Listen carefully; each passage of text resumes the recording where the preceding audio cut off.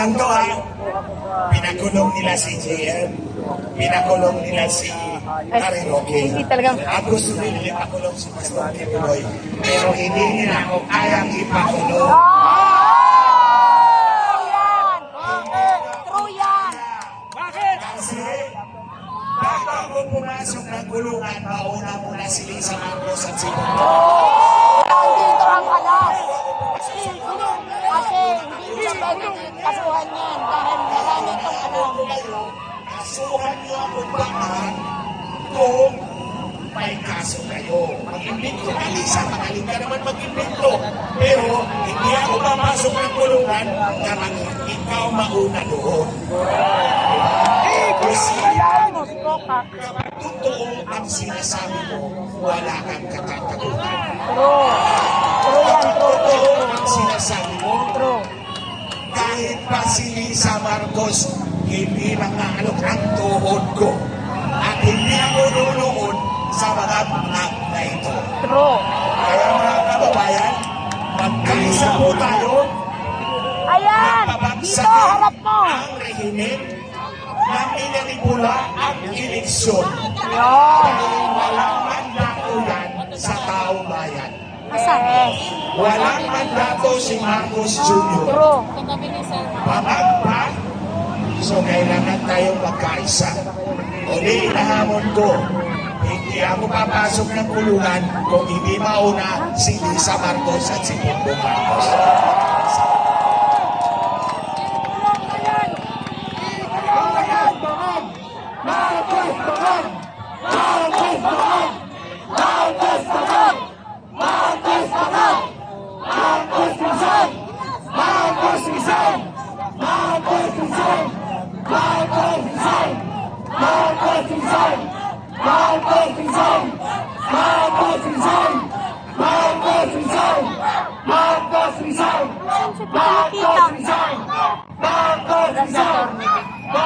Third floor. Ayun, si third floor. Magaling to. Ano yan? Kasama yan ni Ina Permina. May ano din yan, newscaster yan. Kasamahan yan ni Ina Permina. Ito, si na third floor. Mga ano yan, newscaster yan. Bongbong Marcos! Bongbong Marcos! Magpastan mo ang punto nito! Ayaw lang pagmasdan. Ang sinisigaw ng punto nito! Ang sinisigaw ay mag-resign ka na! Mag-resign ka na! Mag-resign ka na! Mag-resign ka na! Mag-resign ka na! Mag-resign ka na! Mag-resign ka na! Isang mapagpalayang pagbati po sa lahat ng kamaysog at sa lahat ng nananawagan, nangangaral, pagbibitiw ng ating nating Pangulong Bongbong Marcos.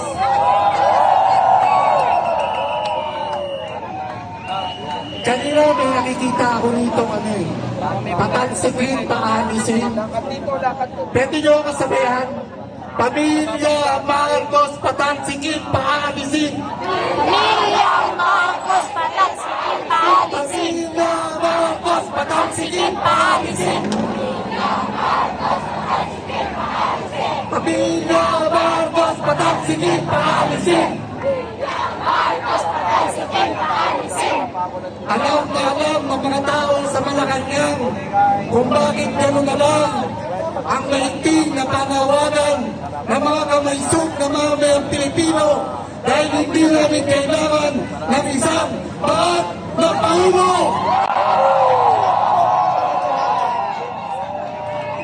Kung hindi namin kailangan ng isang baat na Pangulo, lalo hindi namin kailangan ng isang baat na First Lady.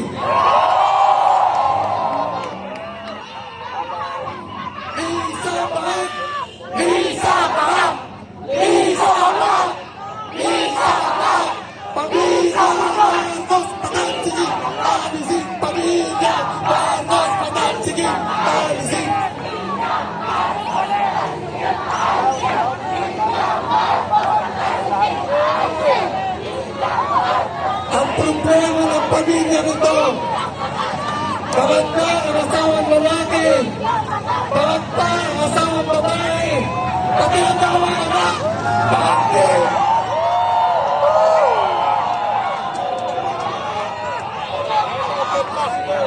Hair follicle. Grabe. Pamilya mga patansigin, paalisin. Pamilya mga patansigin, paalisin.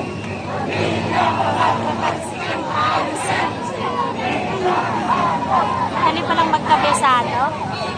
Kagabi po, kitang-kita natin kung paano parahas na ginigiba, pilit sinisira ang bunto ng mga kamaysog natin, ang bunto ng mga kapatid natin sa Kingdom of Jesus Christ.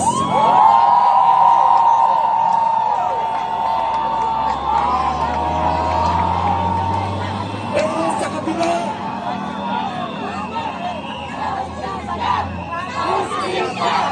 Hustisya!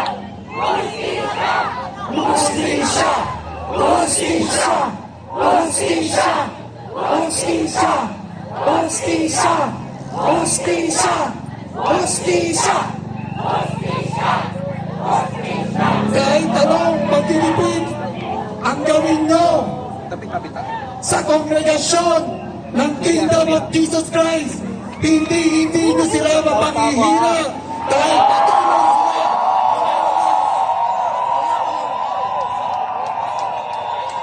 patuloy silang lumalaban at patuloy na naninindigan at patuloy na nanawagan na lumayas ka na, Bongbong Marcos.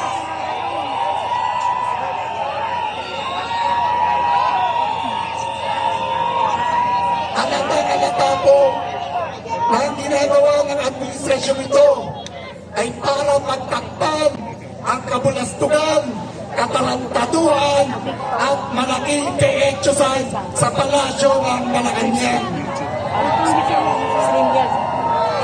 Tama ang sabi ni Agent Jonathan Morales, ang pamahalaan ito magaling bumuhay ng kaso, magaling magawa ng kwento, at magaling mag-invento ng kaso.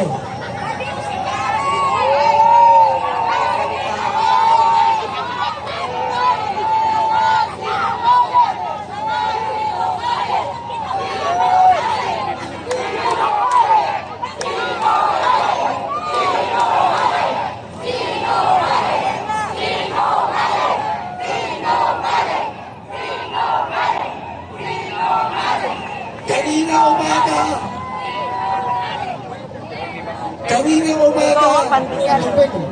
ang Bongbong Marcos ay dinalaw ang tatay niyang diktador.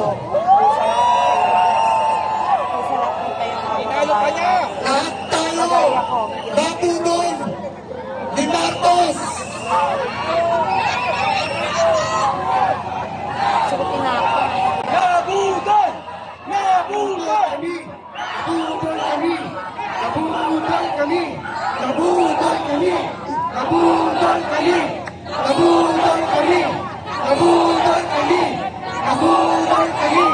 Nabudol kami! Nabudol kami! Nabudol kami! Hindi ako nabubudol dahil ang binuto Kaya ko tayo nagpaloko ng nakalipas na eleksyon dahil ang pagkakaalam natin ay pag si Marcos na ay nakabalik sa palasyo ng Malacanang. Isa na itong resurrection, isa na itong redemption.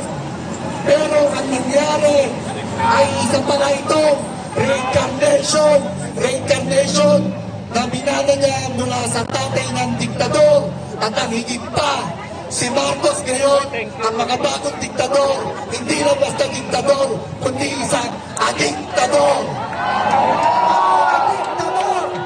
Adiktador! Adiktador! Adiktador! Adiktador! Adiktador! Adiktador! Adiktador!